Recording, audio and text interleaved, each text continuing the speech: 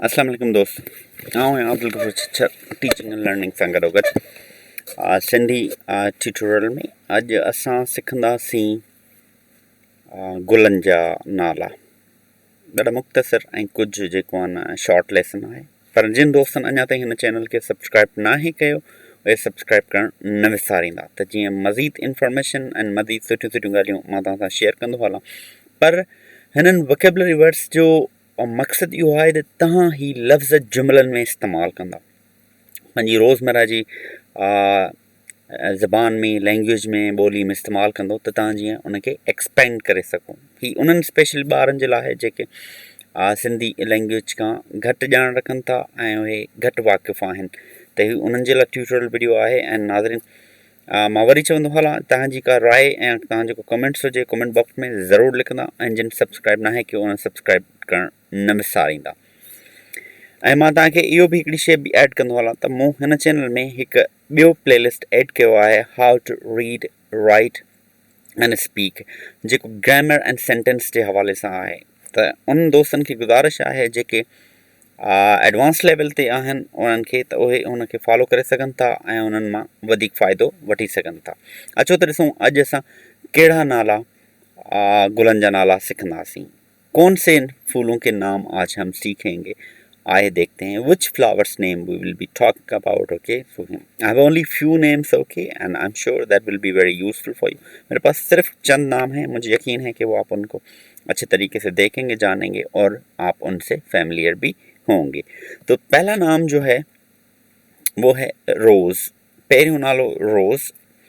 जंहिंखे इंग्लिश में रोज़ चवंदा आहियूं सिंधी में गुलाब और उर्दू में भी गुलाब रोज़ गुलाब गुलाब गुलाब का फूल okay second sunflower sunflower sunflower सूरजमुखी सूरजमुखी तो only the difference you can see here Sindhi and Urdu हे जो इजाफो थियल आहे हे का इजाफा हुआ है सनफ्लावर सूरजमुखी सूरजमुखी लिली नरगिस नरगिस नरगिस नरगिस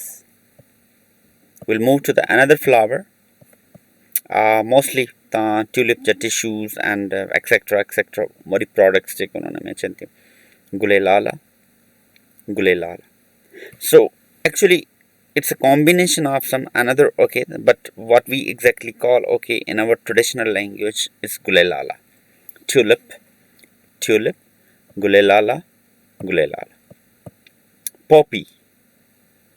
ॾोडी या अफ़ीम जो